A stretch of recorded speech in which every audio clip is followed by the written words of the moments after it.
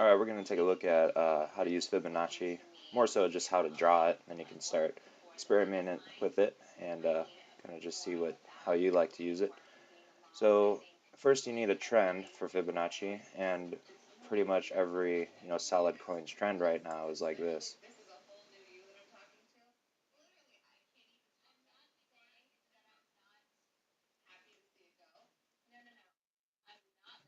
So that's the type of trends that we're seeing currently. So how to use a Fibonacci retracement, you go ahead and click on your retracement tool, and you always start it at the low of the trend and then bring it up to the part where the trend starts correcting. There's a couple different ways to tell when you're definitely starting a correction. First way is that you draw a trend line. Here, let me draw the subwaves in here. So you have a trend line and you're bouncing on it, and then eventually you come back. So when you break through the trend and start going sideways, that's when you're in a correction. Oops. So you draw your fib from the low, go up to the high, and a lot of times you'll see it, if the trend is strong, you'll see a 38.2% retracement, 50% retracement, or 61.8% retracement. And it doesn't have to bounce perfectly on these lines. Basically anywhere in this area you'll see reversals. And there's a few ways to kind of see that a reversal will be coming, and I'll cover that in this video as well, of divergences. Alright, so same thing. You'd have your trend coming up, it's bouncing on the trend line, then it breaks. So now what you'd want to do is you have the fib here, and if you want to measure the next move's retracement, you just pull your fib from the bottom of this correction here up to the top of the trend here. So you're going with the trend, so it comes back down to 61.8. So you can use limit orders. If you're really long term on the coins, you can use limit orders and not have to sit and look at the screens all day. Because if you're getting in 60% of the last move, it's not a bad, you're not getting in a bad spot. 50% of the next move, you're not getting in at a bad spot. And then same thing, you would just pull your fib to the next one when it starts correcting. So basically you have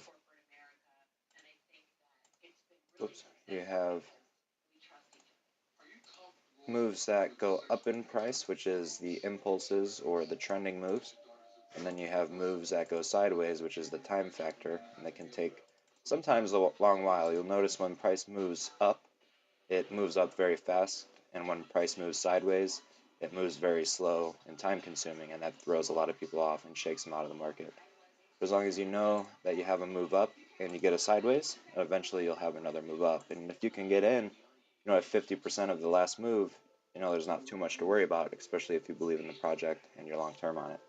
Let's take a look at some examples. Cardano. So you have a move up, go sideways. You'd want to start the fib from the very beginning up to the top. And it came down close to the 60%, but right here at the 50, it started to turn.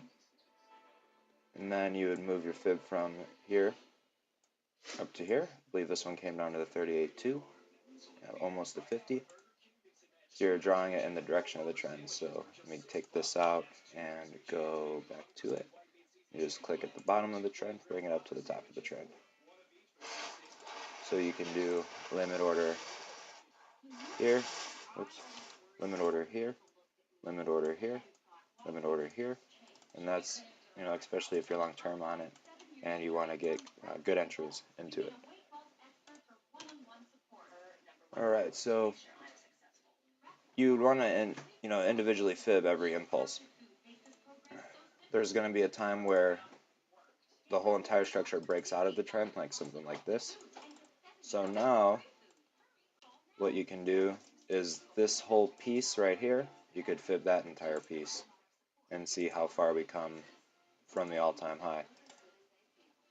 Because the patterns that the market makes are fractal, so they'll all fit into each other. So this whole piece could be one part of a pattern, and we're coming down. We could even do something like this, and then go. So that's why when you're getting a bigger correction, you'd want to fib the entire uh, impulsive move. I'm going to get this out. And let's take a look at some divergences. So divergences work good for spotting when reversal might happen. So let's see here. There might not have been any right here. Yeah, so this one actually didn't give too many divergence actually at all. So you just want to see when you get the breakout, that's pretty much the time to take the trade. But I know there are some here that gave really good divergence. I'm sure Ripple did.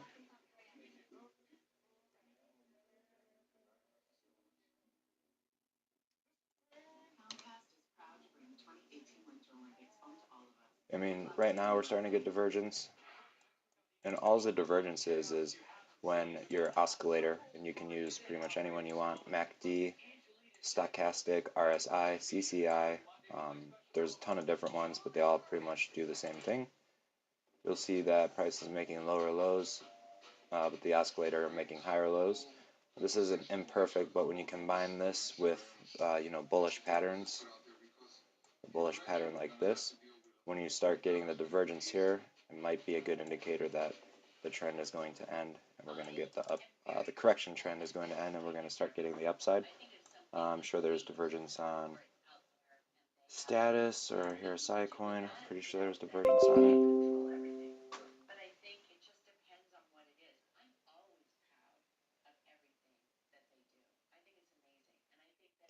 it. Coin's coming down nicely now, so I guess I'm not too mad that I took profit early.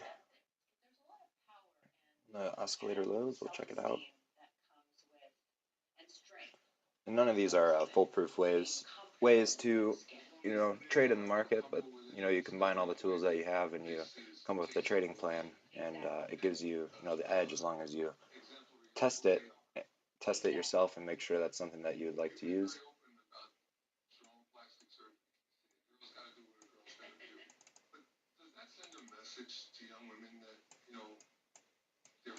All right, let's see here if there's divergence. Maybe go to a higher time frame.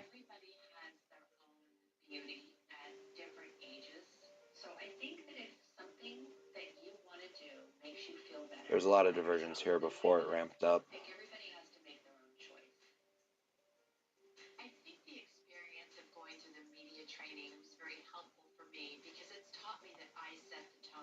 So a price like this is, see, it's moving down, makes another low. So it made, this was the lowest low, it looks like right here. So let's see. You see it's, the price is making a lower low, but here you have a higher low, and then what happened is it reversed. So there's many examples of this. I'll try and find a few more. And if you got in right at the bottom, I mean, I think it's like a 600% return, 10 times.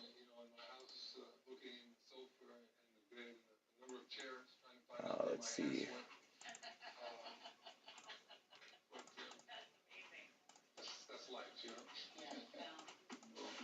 There might not have been any divergence on this one here, but let's see. So you have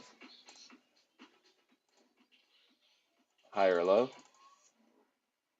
and sure enough, it made just a little bit of a lower low right here before it turned, and I think this move was like 200% or so, 250%. Let's see. Status might have had some divergence. Let's see. See which one loads. And while we're on this one, we can do some more fibs on this one. So you would draw it from the bottom of the trend. So you're always drawing with the trend. If it's a downtrend, which not many cryptos are in, you would draw it down. You start at the top and go to the bottom. And it would be not really useful because it's hard. You can't really short cryptos unless you're with a forex broker or a Kraken. I don't know if Poloniex and Bifinex allow shorting. They might, because I know they offer margin accounts. So this one came down to the 78.6 before going.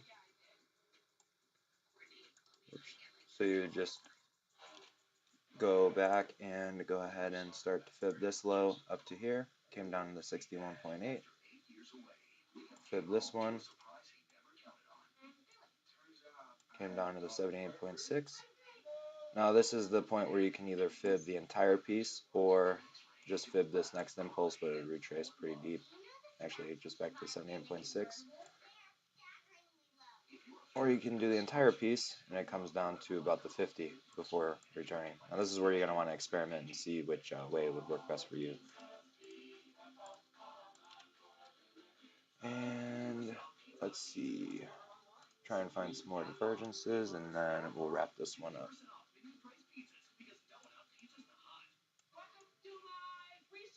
Here's a good one.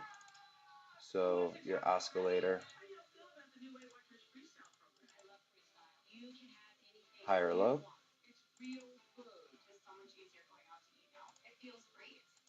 low or low, high or low, low or low, and then it went up 200%. Let's see, do we have more in right here? Yep, so low or low, high or low, low or low, and then it starts to move up. And you can see in here there's a ton of divergence too, so it started getting bullish divergence ever since the first one. So this is why, it's not foolproof, but you'll know that eventually the trend is going to come back up. So that's why it's sometimes, unless you're already in a trend like this, taking a trade off like the first time you spot a divergence might not be the best way. Let it give you that kind of reversal first and then the correction. You see this went, you started getting divergence from the very beginning here, but from the very beginning it went on for 124 days before reversing the trend. So that's why typically you don't want to go into a trade on the first divergence you get until you get a move that, you can start from here, oops, until you get a move that breaks out of the trend, gives you divergence here, I'm sorry, gives you the divergence, and then you get the big trade going up. This is coming back down now. I expect we're going to do something like this.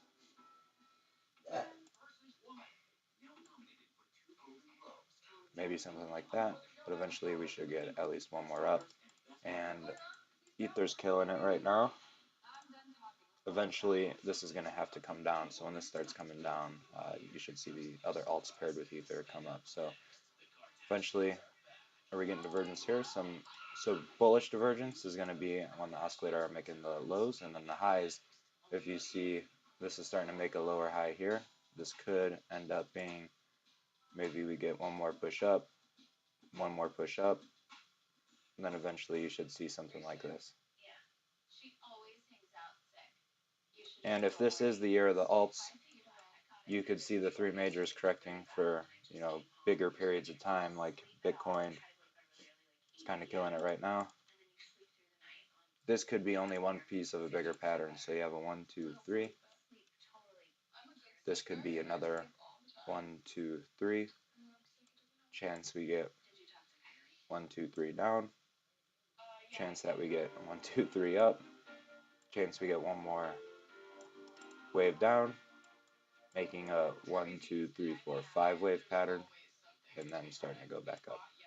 I don't think we're going to get a 5-wave pattern before we get up. I think, as I see it right now, this looks like it's going to break the top and keep going, but there's always a chance that it comes back down before going up. So while your majors are consolidating, you should see the moves on the other alts rising. That's pretty much it. You see divergence on here too. We'll do one more.